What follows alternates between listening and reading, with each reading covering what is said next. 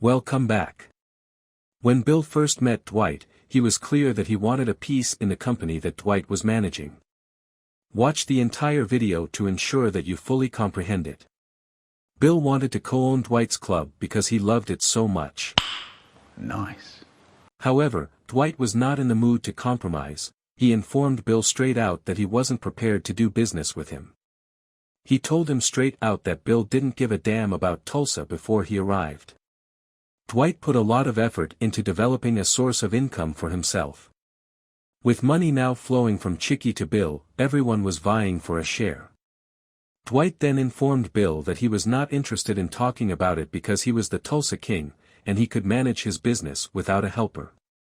Bill also came to the realization that he couldn't threaten Dwight, so he quietly departed the area. Goody received a call from Chicky at the conclusion of Tulsa King Episode 3, informing him that Carl Caputo, Bill's goon, would be returning that evening to Dwight's home. Goody only needed to carry Dwight outside. Chicky assured him that Caputo would take care of the rest. The idea was to eliminate Dwight and seize control of Tulsa. However, Goody killed Dwight with a stabbing because he was one step ahead of the others and Bigfoot grabbed him from behind before Caputo could pull his rifle.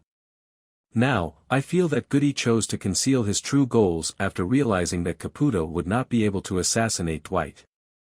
An additional option: it's possible that Goody was always siding with Dwight and only offered Chicky the idea that he could turn against him to find out what his true motivations were.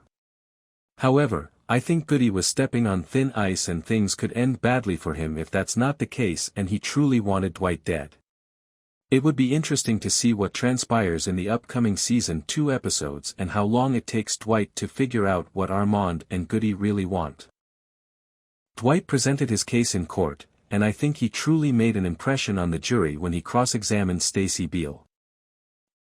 Dwight was able to demonstrate that Stacy was intended to be helped by the money that was given to her. He informed the court that as he was not seeking anything in return from Stacy Beale, the amount of money could not be regarded as a bribe. Attorney Dylan McGrath was confident the jury would find Dwight guilty even at that point.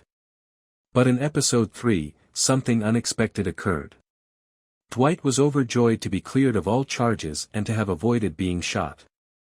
When Cal Thresher discovered that Dwight had received a blank check from the legal system, McGrath was aware that the loss would have an impact on him. Cal was now without hope since Bill Bevilacqua knew that Dwight would enter the cannabis industry and pose a serious threat. I think Cal made a grave mistake when he treated Dwight disrespectfully when all that man wanted was to collaborate peacefully. Cal believed he could intimidate Dwight and get what he wanted with Monopoly.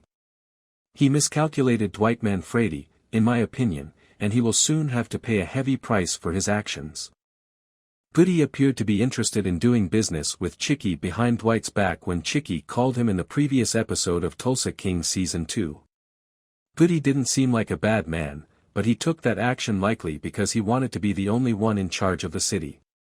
In addition to Cal Thresher, who was making every effort to prevent Dwight from conducting business, there was Bill Bevilacqua, who desired Dwight to leave Tulsa. Cal had requested that the Attorney General represent the prosecution in court and ensure that Dwight was found guilty. By taking the chance to present his argument and foregoing the services, Dwight became an attorney. Though I think Dwight was the kind of man who, throughout his life, didn't want to depend upon others, even if it meant learning laws and processes all night and doing something he didn't know how to do, I was startled by his actions when he chose to defend his own case. Christina never told her father directly, but she was afraid she would have to go through the anguish she had experienced as a child if he was sent to prison again. She had overcome great hardships to advance in life, and she was now unwilling to start over. She had decided to travel to Tulsa, and looking back, she didn't wish to believe that it was her worst error in life. I appreciate you viewing, and I hope you will like, comment, and subscribe. I will publish more soon.